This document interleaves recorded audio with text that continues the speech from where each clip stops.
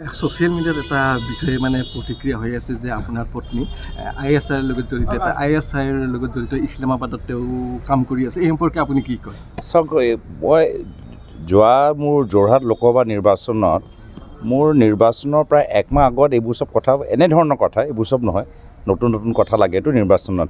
সেই সময়ত বেলেগ বেলেগ ধৰণৰ কথাবোৰ ওলাইছে যে বিদেশৰ ছোৱালী কিয় বিয়া কৰিলে, অসমৰ ছোৱালী নাপালে নেকি, খুৰাৰ লগত কিবা ভাল আছে নে কিবা বেয়া আছেনে, এনেকুৱা বহুত কথাখিনি চব অপপ্ৰচাৰ।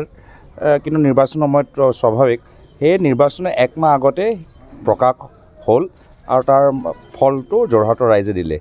এইবাৰ দেখিছোঁ বিজেপি দলৰ ভিতৰত নতুন ভয়, নিৰ্বাচন অহা বিধানসভা নিৰ্বাচন 1 বছৰ পিছত আছে, এতিয়াৰ পৰাই অপপ্ৰচাৰ আৰম্ভ কৰিলে।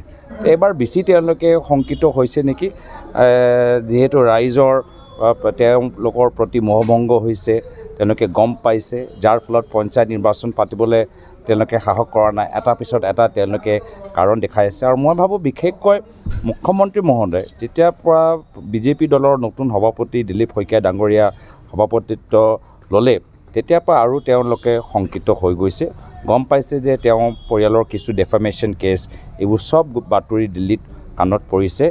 যিদৰে তেওঁ নিজে বেকডোৰ যোগেদি মুখ্যমন্ত্ৰী হ'ল, কোনদিনা বিজেপি নেতৃত্বত তেওঁক আঁতৰাই বেকডোৰৰ পৰা দিলীপ শইকীয়াক মুখ্যমন্ত্ৰী বনাই দিয়ে, সেয়া লৈ তেওঁলোকেও অলপ শংকিত হৈ বহুত তেওঁলোকৰ কাম কাজবোৰ, খোজ কাবাজবোৰ আমি অনুমান পাইছোঁ। কোনোবা দিনতো কোনোবাই সুধিলে, মই কৈছোঁ তেওঁ যদি ISI এজেণ্ট, সলমান খানৰ চিনেমা এটা আছে টাইগাৰ জিন্দায়ে, ময়ো মানে এজেণ্ট তেতিয়া, তো যদি তেওঁ আছে ময়ো এজেণ্ট। এইবোৰ চব অপপ্ৰচাৰ, মনোৰঞ্জন। অসমৰ জনসাধাৰণ চব কথা ভালদৰে জানে আৰু অসমৰ জনসাধাৰণ আজি তেওঁৰ বিবেক শক্তিৰ ওপৰত মোৰ বিশ্বাস আছে, তেওঁলোকৰ ওপৰত মই এৰি দিছোঁ।